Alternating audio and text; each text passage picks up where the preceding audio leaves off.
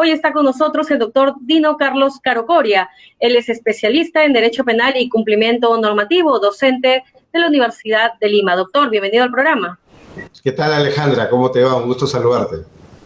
Bien, doctor, el gusto es nuestro porque podemos abordar distintos temas con usted y en esta ocasión vamos a hablar del proceso penal contra las personas jurídicas. Vamos ya con las preguntas.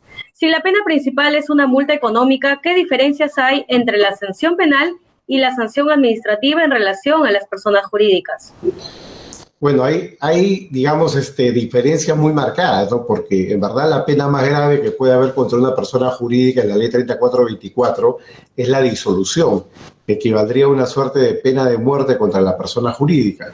La multa es una multa también bastante elevada, que puede llegar hasta 10.000 UITs, más o menos un promedio de entre 11,5 y 12 millones de dólares para que tengamos una idea. Pero además está el dato vinculado a la cuestión reputacional. El solo hecho de iniciar un proceso contra una persona jurídica en la vía penal ya genera un daño reputacional extraordinario. No es lo mismo decir tal persona jurídica o tal empresa está investigada por la SUNAT o por una municipalidad o un ministerio, o el INDECOPI, a decir de que una persona jurídica está imputada por corrupción o lavado de activos a nivel del Ministerio Público. Entonces, digamos que el reproche social es mucho más alto en la vía penal. Bien, ¿y existe la responsabilidad acumulativa de la persona jurídica? A ver, la persona jurídica, al igual que los individuos, y esto lo dice la ley con toda claridad, está, digamos, imbuida de similares garantías a la persona natural. De manera que se le aplica el principio de lesividad, el principio de legalidad, el debido proceso, el derecho de defensa. Los principios y garantías son similares. Y uno de ellos, evidentemente, es el principio de ne bis in idem, que conforme a la jurisprudencia del Tribunal Constitucional y el artículo 3º del título preliminar del Código Procesal Penal, impide que una persona, en este caso una persona jurídica, una empresa, una asociación, pueda ser procesada más de una vez en el ámbito administrativo penal sancionador o pueda ser sancionada en la vía penal o en la vía administrativa. Es decir, existe una prohibición de persecución múltiple, ne bis in idem procesal, y una prohibición de doble sanción o más de una sanción por el mismo hecho, siempre y cuando, como dice la jurisprudencia y la ley, se reúna la llamada triple identidad, identidad de sujeto, hecho y fundamento. Por lo tanto, una persona jurídica, por un mismo supuesto de hecho, no podría ser perseguida en la vía administrativa y en la vía penal a la vez. Ahí hay una serie de reglas que ya estableció la jurisprudencia, en virtud de la cual el Ministerio Público tiene que declinar, de ser el caso, si es que hay un proceso que en otro lado se está investigando ya en la vía judicial. O de otra forma, otro supuesto, la administración pública, por ejemplo el INDECOPI o el UEFA, tendrían que declinar una investigación administrativa contra la persona jurídica si es que la persona jurídica ya está siendo procesada por la Fiscalía. ¿Y qué es un programa de cumplimiento normativo o compliance penal? A ver, un programa de cumplimiento normativo o compliance penal es la aplicación de una serie de protocolos y reglas con la finalidad de prevenir hechos delictivos. Si estamos hablando de compliance en general es para prevenir infracciones, pero si hablamos de criminal compliance o compliance penal, ya esto está ligado a la, digamos, prevención de delitos, ¿no? Delitos que son los de la ley 3424, delitos de corrupción, delitos de lavado de dinero, delito de financiación del terrorismo, cohecho genérico, cohecho especial, cohecho transnacional. ¿No? Son 7 delitos los que se prevén en la ley y eso significa entonces de que el programa tiene que organizarse alrededor de una serie de exigencias, ¿no? La ley 3424 establece 5 fundamentos para estos programas de cumplimiento. Tiene que haber un mapa de riesgos, tiene que haber un oficial de cumplimiento, tiene que haber un canal de denuncias, tiene que haber sistemas de capacitación y formación continua y finalmente tiene que haber procesos de mejora permanente. Todo esto está regulado en la ley 3424, en el decreto supremo 002-2019 del sector justicia, que reglamenta el artículo 17.1 de la ley. Y últimamente, esto es fresquito, acaba de salir en el mes de marzo, por los lineamientos de la Superintendencia del Mercado de Valores para lo que es la implementación de los programas de cumplimiento. Entonces, ya en este momento hay información, tanto legal como protocolar, suficiente para que las personas jurídicas puedan implementar estos programas de gestión de riesgos. ¿Podría una persona jurídica evadir el proceso penal, doctor? A ver, una persona jurídica, a diferencia de la persona natural, no puede levantar sus cosas e irse del país, no se puede fugar, ¿no? Una persona jurídica, mientras sigue existiendo en una jurisdicción, puede ser perseguida penalmente. Entonces, la persona jurídica tiene varias cosas, ¿no? Tiene primero su existencia, que depende de los registros públicos, puede tener bienes muebles, bienes inmuebles, una marca, etcétera. Entonces, no se aplica la misma lógica. Entonces, una persona jurídica difícilmente puede evadir la acción de la justicia, por lo menos tal y como lo creemos o lo podemos ver desde el punto de vista de los individuos o las personas naturales. Pese a ello, la persona jurídica lo que sí tiene son una serie de mecanismos de defensa, ¿no? La persona jurídica que es imputada en un proceso penal puede defenderse con muchos argumentos. Por ejemplo, decir de que no ha recibido un beneficio o de que el beneficio del delito solo lo tuvo la persona natural que cometió el delito. Por ejemplo, el gerente de una empresa que comete corrupción y cobra por fuera un dinero. La persona jurídica puede decir, yo no me he beneficiado de eso, se ha beneficiado este señor. En ese caso, por ejemplo, podrá sancionarse el individuo, más no la persona jurídica. Entonces, dentro de la ley podemos encontrar una serie de supuestos que permitan ejercer una defensa eficaz o corporativa. ¿Es suficiente con la tendencia, diseño o implantación de un programa de cumplimiento para estar exenta de responsabilidad penal, doctor Caro Coria? Yo pienso que no. La ley, en el artículo 17.1, establece como causal de exención de responsabilidad el hecho de que una persona jurídica tenga un adecuado, un eficaz, ¿no?, un programa de cumplimiento robusto. Eso es, digamos, un estándar general previsto en la ley y desarrollado en el reglamento y los lineamientos que ya he mencionado. Sin embargo, el tener un programa de cumplimiento no es garantía de nada. Yo puedo tener un compliance de papel, es decir, puros documentos para acreditar el programa de cumplimiento, pero en la realidad esto no se cumple. Es decir, el cumplimiento normativo no está en el ADN de la organización. O puede ser de que yo simplemente tenga un compliance cosmético, es decir, para cumplir, digamos, con la foto, ¿no?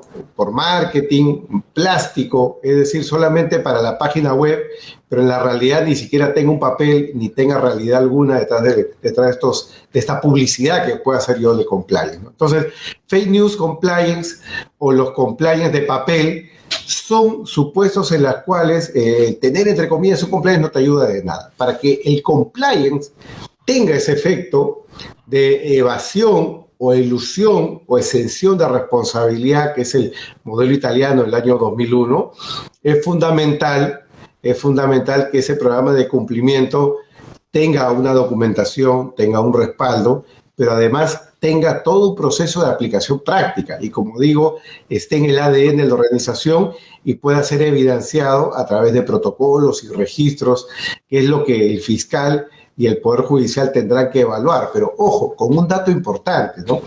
El análisis para la exención de responsabilidad no es solo abstracto, no es que tengo un programa de cumplimiento fuerte, robusto y lo puedo evidenciar, sino hay que probar que el programa de cumplimiento ha cubierto los riesgos concretos que dieron lugar a la comisión del delito. Es decir, no basta con decir, oye, tengo un muro acá que impide cometer delitos. No. Dime si tu muro es tan bueno que para efectos del caso podía prevenir también este tipo de delitos. Eso es lo que se tiene que probar. En cuanto a la anotación o inscripción registral, esta es una medida conocida en el ámbito del proceso civil y vinculada a la tutela de bienes jurídicos de orden patrimonial. ¿Existe marco normativo específico en el ámbito penal y sería posible admitir la anotación preventiva en materia penal de la resolución en que se dispone la medida cautelar de embargo? A ver, en el ámbito penal, esto es algo que ya se aplica en la práctica, ¿no? En la práctica procesal, cuando existe un proceso penal, yo puedo pedirle al juez como medida cautelar digamos, por extensión, ¿no?, de la regulación del Código Procesal Civil, una anotación de la denuncia en los registros públicos. O sea, esto es algo que ya en la práctica se puede dar, aunque desde luego la práctica no está muy generalizada. Esto se mantiene con el nuevo Código Procesal Penal. El nuevo Código Procesal Penal, que también se remite, digamos, por supletoriedad al Código Procesal Civil, puede permitir que si una persona jurídica está siendo investigada o está siendo procesada, puede existir la anotación de la denuncia, la anotación del proceso, para que sea público y se publicite ante los terceros que esta persona jurídica es una persona de riesgo para hacer negocios, para tener el préstamo de un banco, para celebrar un contrato, para transferir un bien. Esto se puede hacer. Y eso es independiente de otro tipo de medidas cautelares patrimoniales como el embargo, la incautación, etcétera, ¿no? ¿Puede constituirse sujeto pasivo, así como aplicársele medidas cautelares a una persona jurídica de derecho público? Pero antes de que me responda esta pregunta, vamos a una pausa comercial. Bien, ya está con nosotros el doctor Dino Carlos Caro Coria. Él es especialista en Derecho Penal y docente universitario de la Universidad de Lima. Él nos está hablando del proceso penal de las personas jurídicas. Habíamos hecho la pregunta, ¿puede constituirse sujeto pasivo, así como aplicársele medidas cautelares a una persona jurídica de derecho público? Doctor, su respuesta. Sí, la ley es muy clara en esto, ¿no? La ley establece que se puede aplicar también sanciones a las empresas del Estado y a las empresas de economía mixta. Por poner un ejemplo, ¿no? Petroperú es una empresa del Estado administrada por el FONAFE y realiza una actividad que podría, es un ejemplo solamente, llevar a la comisión de alguno de los delitos previstos en la ley. Por ejemplo, si a nivel de la empresa pública se estableciera que ha habido un delito de corrupción, por ejemplo, o lavado de activos, entonces puede responder la empresa pública desde el punto de vista penal, ser procesada o ser emplazada. También en los casos de sociedades de economía mixta, es decir, con capital privado y capital público a la vez. Esa es la limitación, pero lo que yo no puedo hacer desde luego es iniciar un proceso, por ejemplo, contra el Congreso de la República porque tal congresista cometió un hecho de corrupción. Eso no se puede hacer. No se puede procesar a los poderes del Estado. No se puede procesar a las entidades de derecho público que realizan actos soberanos. No puede iniciar un proceso contra la Junta Nacional de Justicia, contra el Poder Judicial o contra la Presidencia de la República, porque eso implicaría desactivar instituciones del Estado y para ello no está pensada la responsabilidad penal de las personas jurídicas. ¿Puede constituirse un sujeto pasivo? Es la pregunta que le hacíamos, doctor, pero usted menciona que las instituciones no serían las indicadas a responder en un proceso penal, pero sus representantes legales tampoco. A ver, si estamos hablando de las personas jurídicas de derecho público que son poderes del Estado, como los ejemplos que he puesto, allí rige el derecho penal individual, no rige la responsabilidad penal de la persona jurídica. Por ese motivo, por ejemplo, hemos visto que el señor Vizcarra, inocente o culpable, es algo que decidirá en su día las instituciones correspondientes, ha podido ser procesado penalmente, incluso siendo presidente de la República, ¿no? Por una serie de procesos que provenían de otra época cuando él era gobernador regional. Entonces, para estos casos rige el derecho penal individual, incluso tras el cese ya en la presidencia, la vacancia presidencial, el Ministerio Público en su autonomía ha iniciado procesos contra el expresidente por hechos que corresponderían, ¿no?, a su periodo presidencial. Para ese tipo de casos, entonces, rige plenamente el derecho penal individual, pero las instituciones públicas no pueden ser tocadas, salvo, reitero, que se trate de empresas del Estado o sociedades de economía mixta. ¿Y cuál es la naturaleza de las consecuencias accesorias de las personas jurídicas, doctor? Muy interesante la pregunta, porque esto abre todo un debate histórico, ¿no? El Código Penal acaba de cumplir 30 años y las consecuencias accesorias las tenemos desde el día 1, desde abril del año 91. En abril del 91, el legislador penal peruano importó de la legislación española el proyecto de Código Penal del 80, el texto del anteproyecto del Código Penal Español del 83 y el texto refundido del Código Penal Español del año 83 también, la llamada figura de las consecuencias accesorias. Para que el público entienda, es lo que está regulado en el artículo 105 del Código Penal y es muy parecido al tema que estamos acá hablando. De hecho, hay un acuerdo plenario que es el 7 del año 2009 de la Corte Suprema que describe bajo qué fundamento se puede aplicar la consecuencia accesoria a una persona jurídica. Dicho de otra forma, la persona jurídica puede ser también sancionada, puede ordenarse su disolución, suspensión de actividades, cierre de locales, etc. Entonces no es algo nuevo en el derecho, pero hay una gran diferencia con el supuesto de la Ley 3424. En la Ley 3424, la responsabilidad administrativa de la persona jurídica, digo administrativa porque para mí es penal, la persona jurídica puede ser emplazada de forma directa, autónoma e inmediata. Es decir, no necesito perseguir individuos. Me basta con perseguir a la persona jurídica. Si aparte el fiscal quiere perseguir personas naturales, lo puede hacer. Pero puede iniciar un proceso directamente contra la persona jurídica X, Y o Z. En la ley del Código Penal, la consecuencia accesoria del 105, lo que viene del año 91, eso no es posible. La responsabilidad no es autónoma, la responsabilidad es accesoria.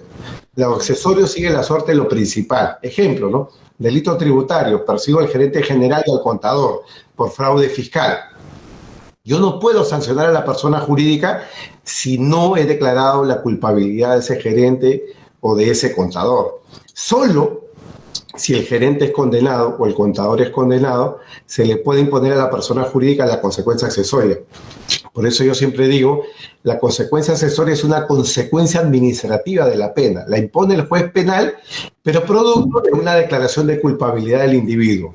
Cosa que no exige para nada la Ley 3424, responsabilidad administrativa, que hemos empezado a comentar.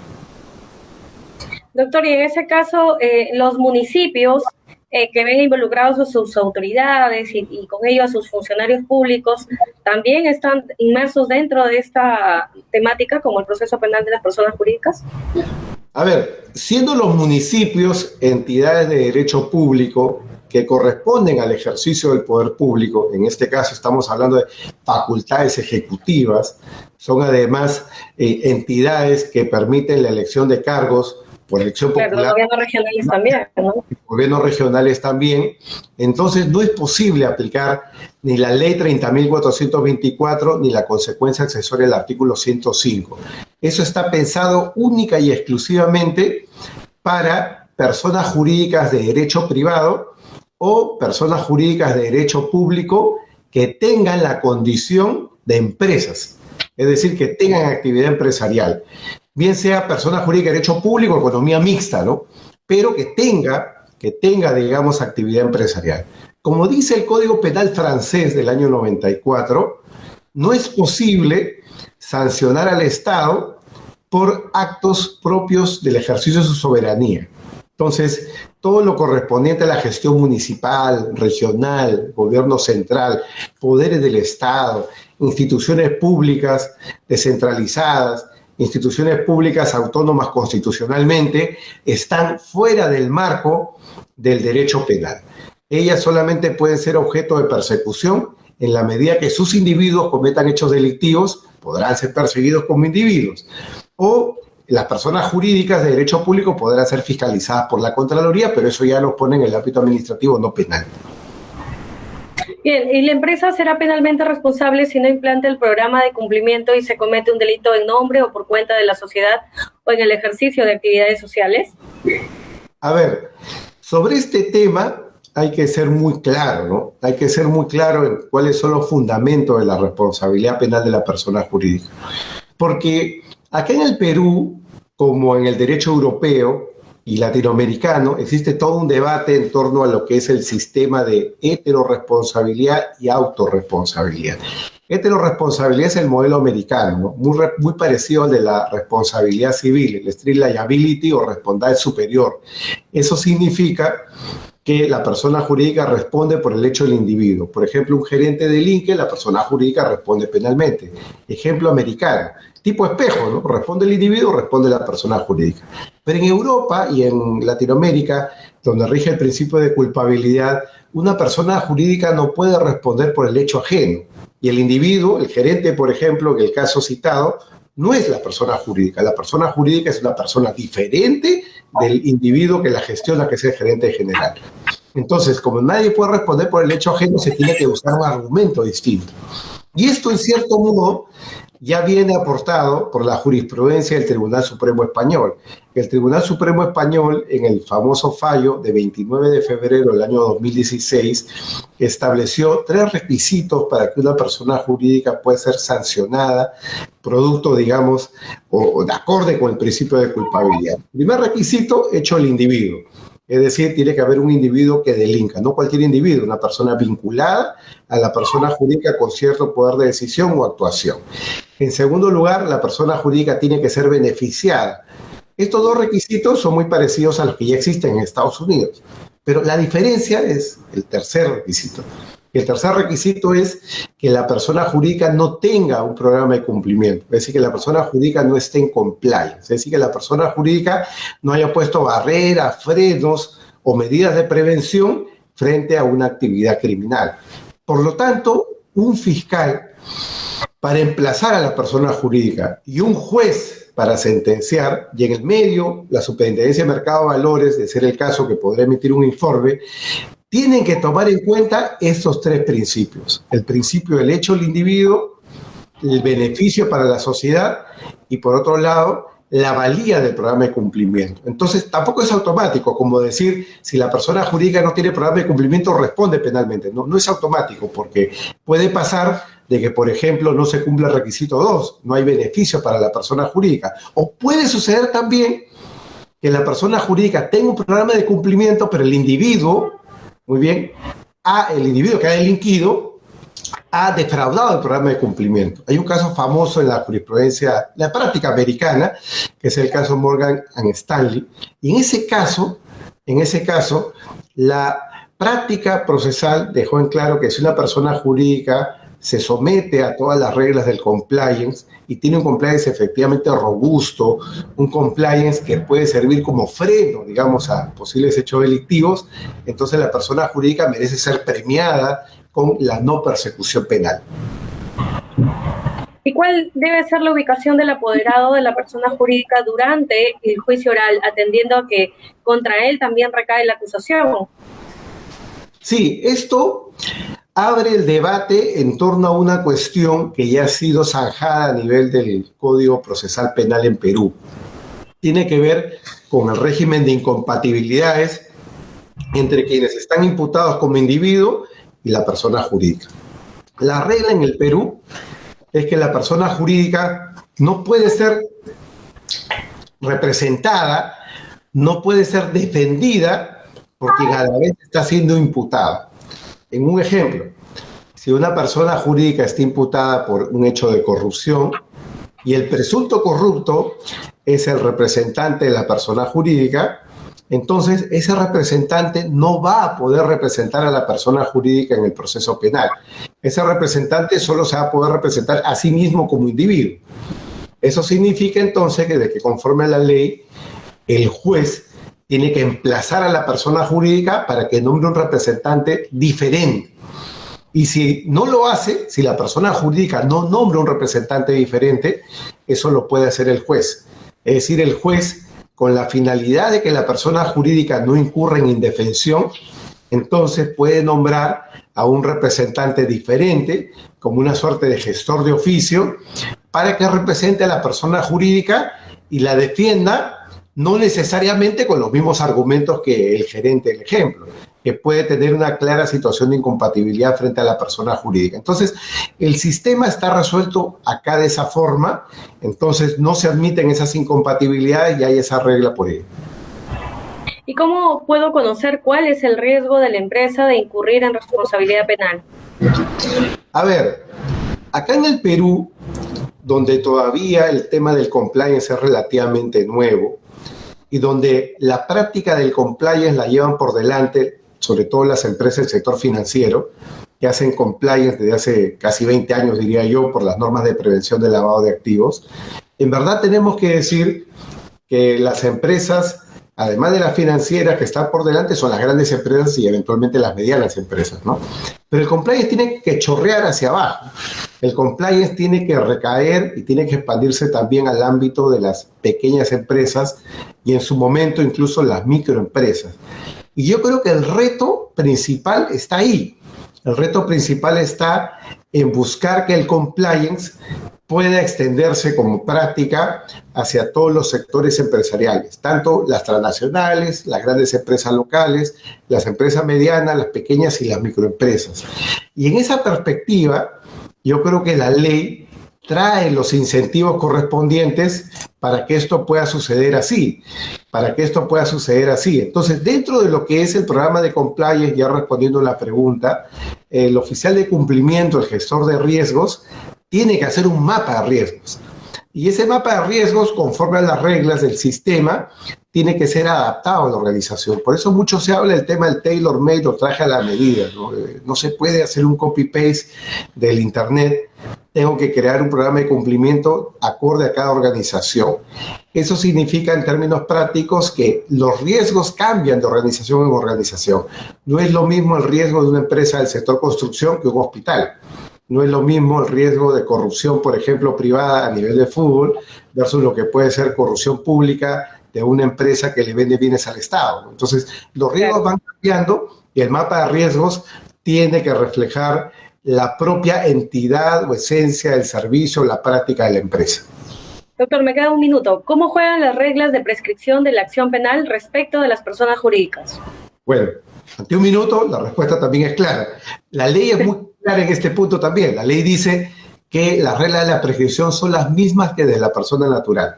Entonces, son las reglas del Código Penal, la parte general, artículos 80 y siguientes, según la cual el delito prescribe en un plazo igual a la pena y, en su caso, más una mitad, más la interrupción que hay con el nuevo Código Procesal cuando hay investigación preparatoria.